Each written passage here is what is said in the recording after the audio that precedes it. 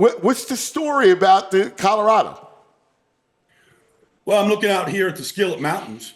Beautiful place in Boulder, by the way. Snowing yesterday. Everybody's heading up the hill here to Folsom Stadium in the indoor facility to watch this Colorado Pro Day. I was just out in the gym and saw a bunch of guys from the Browns. They're all here to basically, they took Shedeur out to dinner last night. Typical 21-year-old Did you see Kevin? Deion's kid, quiet. You got to pull stuff out of him. You just imagine, maybe he goes number 2 to the Browns. Who knows? But they took him out last night. They want to see him throw today. The weird thing is, I don't think Travis Hunter's going to work out. Really? And honestly, no. And it's just bizarre. They describe him as being, you're a wordsmith here, cuz. So they describe him as being mercurial. Yeah. Which, on a college campus, okay, if you are studying, some English language, okay, mercurial, but that's not how you want a football player to be described. No. I don't know, I think he might be the best player in this draft just because of all the things he can do, but you think every single team is represented here, including, the Browns and the Giants and Tennessee. You'd think you'd want to put a show on just to show people that, okay, so you play 114 snaps a game, but you kind of want to just see him move, run a route, catch a ball, defend the ball. You kind of think you'd want to see that. Yeah, I don't understand it.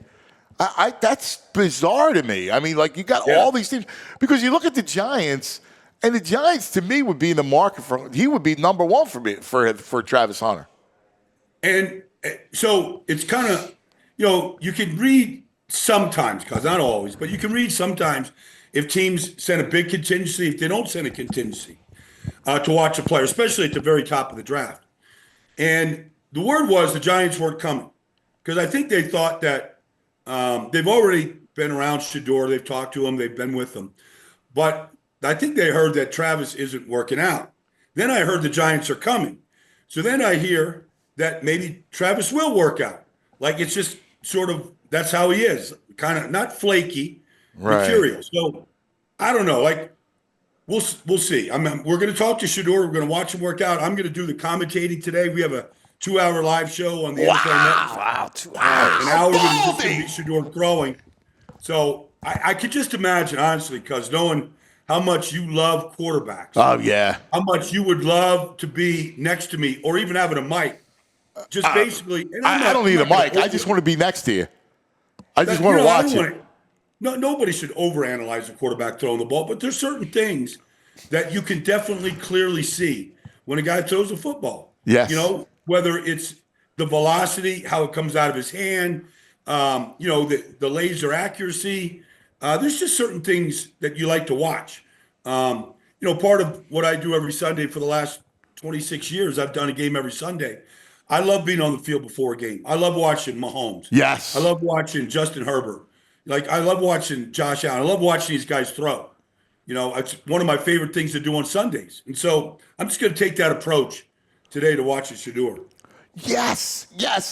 So you and I watched his tape, right? And it was a difficult watch because of A, their offense, B, their O-line. So there wasn't a lot of pro throws that you had to sift through a lot just to get a couple pro throws. Yeah, but let me just go a little further. So what I did, cuz after we did that, I went and I watched every single throw of 20 yards or more. Okay. Over the last 2 years of Shedeur.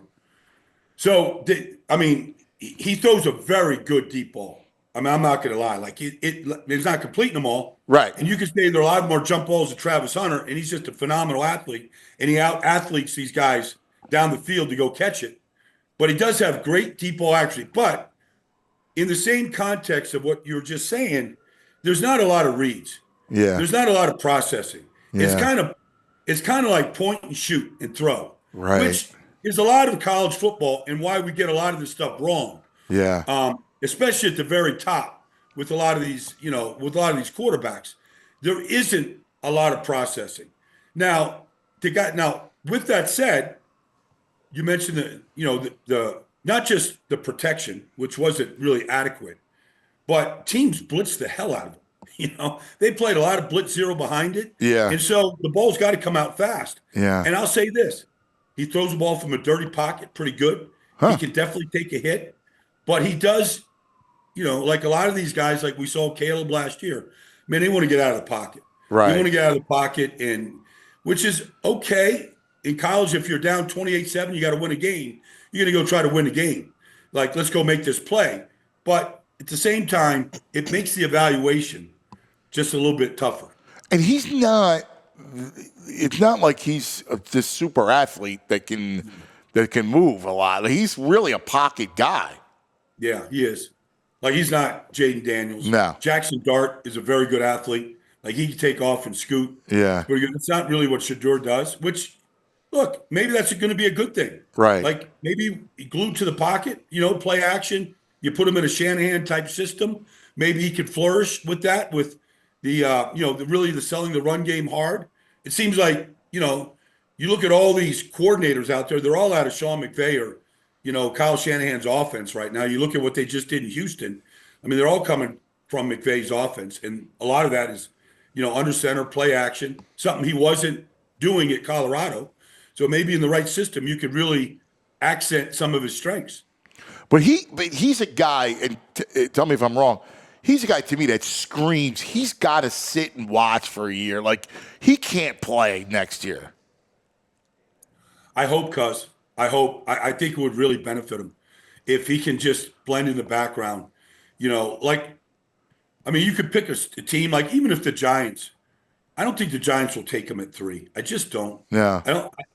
But I can see the Giants, if he does drop, past the Raiders or, you just go down the list of teams that are quarterback needy.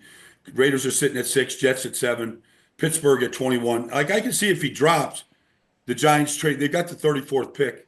I can see him trading back in and taking him and letting him sit behind Jameis and Russ Wilson for a year. I think that would benefit him. Or Pittsburgh, if they signed Aaron Rodgers.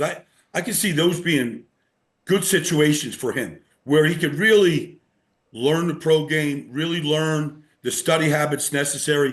I think it's important for him to break away from his dad and the whole social media thing and everything that they've done at Jackson State and Colorado. And I'm not criticizing it. It's just, you've got kids that are, playing for you. Like, at some point, send them to another camp.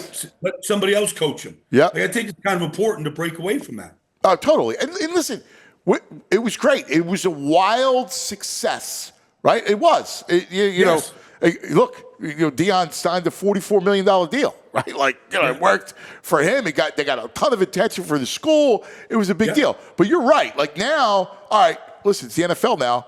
You gotta just blend in, put that other stuff aside, leave the social media aside, and learn the craft. Like, that's the next iteration for him. It's his learning the craft, becoming a real NFL quarterback. I'm with you. I think these teams, if you're the Browns, you can't play them. Like, if you take them, you can't play them. Is there a chance that Jackson Dart moves ahead of him? There's a chance.